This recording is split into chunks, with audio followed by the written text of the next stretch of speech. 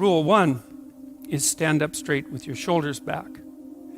And rule 2 is treat yourself like you're someone responsible for helping. And number 3, which is very tightly associated with number 2, they're sort of variations on a theme, is make friends with those people who want the best for you. By the way, these last 2 rules aren't injunctions designed to make your life easier. They're actually injunctions designed to make your life more difficult. Kierkegaard said at one point that his role in life, given that everything was proceeding to become easier and easier in all possible ways, that there would come a time when people would cry out for difficulty. And so that's partly how he envisioned his role in the world, interestingly enough, as a universal benefactor of mankind who would strive to do nothing other than to make life more difficult for everyone. Right, and so rule 2 and 3 are like that, because treat yourself as if you're someone responsible for helping isn't the same as be nice to yourself. It's not that. And to associate with people who want the best for you means that they get to demand the best from you. And that's also not an easy thing. Rule 4 is compare yourself to who you were yesterday and not to who someone else is today. And that's an injunction about envy. You need things that are above you because you need to do something worthwhile with your life. You need something to aim at, but one of the consequences of that is that you can become envious of people that you believe have attained more in a deserved or undeserved manner, and that can make you bitter. And so it's much better to compare yourself to yourself and to use yourself as the target for improvement and comparison. Rule 5 is don't let your children do anything that makes you dislike them. And the rule of thumb there is if you dislike them, then other people will. And it's a bad idea to allow your children to act in a way that makes other children dislike them or adults dislike them, given that they're going to have to deal with children and they're going to have to deal with adults. So your primary responsibility as a parent is to help your child learn how to behave so that the social world opens up its arms to them and welcomes them at every level. And you've done your job if you can manage that, and it's not a simple thing to do. Rule 6 is put your house in perfect order before you criticize the world. And that's not take no action for others until you have your act together. That isn't what the rule means. It means that bind your ambition with humility and work on what's right in front of you that you will suffer for if you get wrong before you engage in the large-scale transformation of other people. Rule 7 is do what is meaningful and not what is expedient. And I would say in some sense that's the core ethos of the book. Not exactly, because rule 8, which is tell the truth or at least don't lie, is a necessary conjunction to that, or a necessary additional element, because I don't think that you can pursue what is meaningful without telling the truth. And the reason for that is if you don't tell the truth, or let's say if you lie, which is an easier way to think about it, you corrupt the mechanisms, the instinctual mechanisms that manifest themselves as meaning, and then you can't trust them. And that's a very bad idea. So the fundamental reason to not lie is because you corrupt your own perceptions if you lie. And when you corrupt your own perceptions, then you can't rely on yourself. And if you can't rely on yourself, then, well, good luck to you. Because what are you going to rely on in the absence of your own judgment? You've got nothing if you lose that. Rule 8 is, as I said, tell the truth or at least don't lie. Rule 9, assume that the person that you're listening to knows something you don't. And that's not so much a mark of respect for the person, although it is that. It's a mark of recognition of your own unbearable ignorance. One of the things you have to do in life, you have to decide what's more important, what you know or what you don't know. First of all, there's a lot of what you don't know.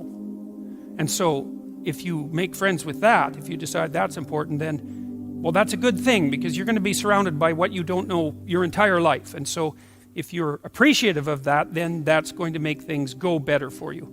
But the other element of that is, well, why should you be appreciative of what you don't know? And the answer to that is, well, you shouldn't. If your life is absolutely perfect in every way, you have exactly what you need and want, you've put everything in order around you, then what you know is sufficient. But if you believe that things could still be put right around you in your own personal life and with regard to the effect that you have on other people, then obviously what you don't yet know is more important than what you do know, and you should be paying attention to find out what you don't know at every possible moment.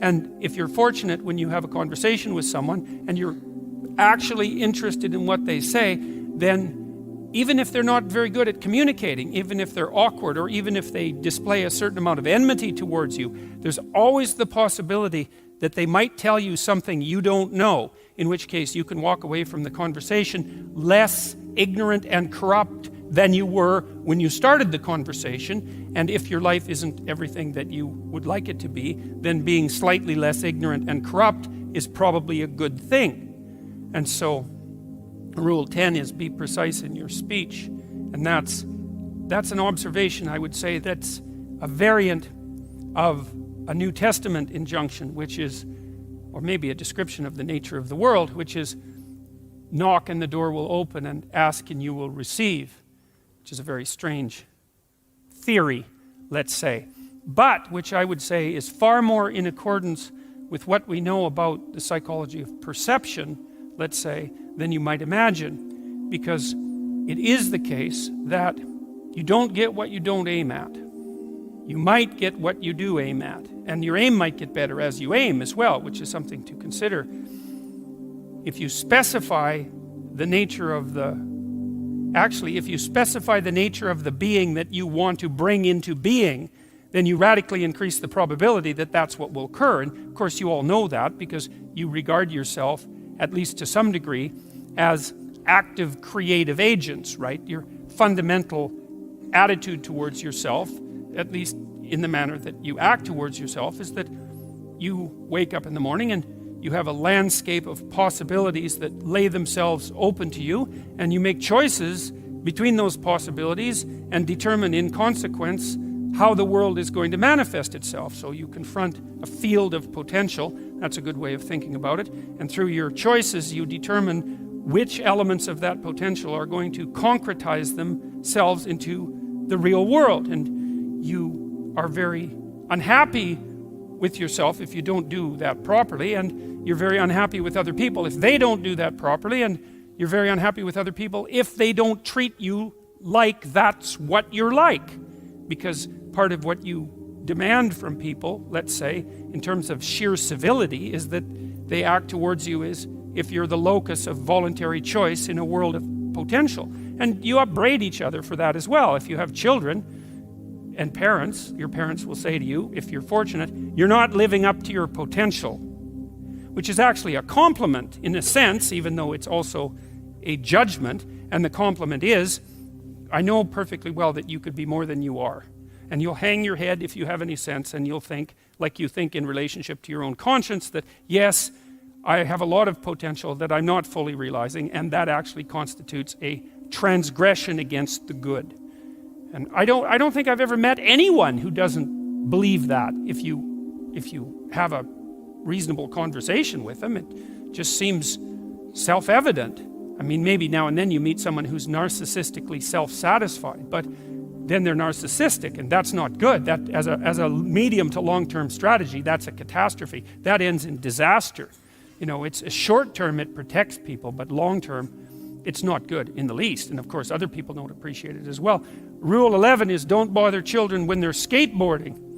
And that's actually a discussion of courage, of encouragement more specifically, because I've been trying to understand, for example, what role parents play in the lives of their children. And I would say this is a role that is of fundamental importance, as well as attempting to guide your children so that they act in a socially desirable manner so that the world opens itself up to them. You also want to encourage them, which is not the same as sheltering them. It's not the same at all. And to encourage someone is to say something like, or to act out something like, look, kid, the world's already difficult, because the world isn't easy for children any more than it's easy for adults. The difficulties are, they're not the same. They're child-sized difficulties, but they're still difficulties. The world is a very hard place, and it's a bitter place in many ways. And it's not only a hard and bitter place, it's also touched with betrayal and malevolence. And that's the fundamental bottom line. but there's something in you that is capable of taking that full on and transcending it.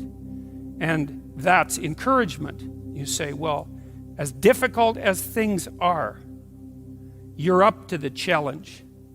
And to interfere with children when they're skateboarding, for example, when they're doing, let's say, inadvisably dangerous things, which kids of course do if they're skateboarding, to interfere with that is to interfere with the child's willingness to voluntarily expose themselves to the risks that they need to expose themselves to in order to develop the sort of competence that allows them to thrive in a world they cannot be sheltered from. And so to interfere with children when they're taking necessary risks is not love or empathy, but cowardice on the part of parents, and it's deeply damaging to children. And I can tell you, as a clinical psychologist, I've never had a client come to my office. In all the hundreds of encounters I've had with people in my office, I've never had a client say, my parents made me too independent. That hasn't happened once. Right, now, my parents made me too dependent, or I conspired with my parents to perpetuate my dependence. That happened all the time. So there's a rule of thumb, which I think is a good one, which I believe is often applied in nursing homes by people who work in nursing homes, which is of course a very difficult job. And the rule is, do not do anything for anyone they can do for themselves. And the reason for that is that it's a form of theft. Rule 12 is pet a cat when you encounter one on the street. And it's oddly enough, a meditation on fragility. It's a discussion of what you do when you don't know what to do. And that's really when things have gone badly for you, when you face a terrible tragedy in your own personal life or in your familial life, or perhaps even in the life of your community, when things come crowding in at you too quickly. In the case of a death in the family, or a terrible illness, or the collapse of a dream, or any of the things that can flip your world upside down, is how do you cope with that? And that chapter contains a discussion of the necessity of narrowing your time frame, because sometimes the right way to look at the world is across years, and sometimes it's across months, and when things are more out of control, perhaps it's across days, and when you're really up against the wall, it's across hours or even minutes. And during those minutes, then you concentrate on doing as well as you can with what's right in front of you for the longest unit of time that you can tolerate conceptualizing. Maybe that's what you do at someone's deathbed. And while you're doing that and suffering away madly, then you also take the time to appreciate everything you can that manifests itself, that allows itself to be appreciated. And so that's the metaphor of the cat, I suppose. This video is sponsored by Blinkist. Reading books is great, but I've talked about this many times before. Many books are written very inefficiently and should be much shorter than they are. Not only that, sometimes you just don't have the time to read a whole book, or you might want to just go back and review the main ideas without reading the whole thing again. This is why I use and recommend Blinkist. It's a great app that takes information from the best books and condenses it to 15 minutes that you can read or listen to. For someone looking to learn, I really think this might be one of the best apps out there right now. I recommend starting with a summary for any book on the Fight Mediocrity Beginner's Reading List, or any of the books that are in my Blinkist library right now. If that sounds good, head over to blinkist.com/fightmediocrity or click the link in the description below. You can give it a try for 7 days completely free, and if you don't want to continue, you can cancel at any time. As a Fight Mediocrity viewer, you'll also get 25% off if you decide you want the full membership. Thanks for watching.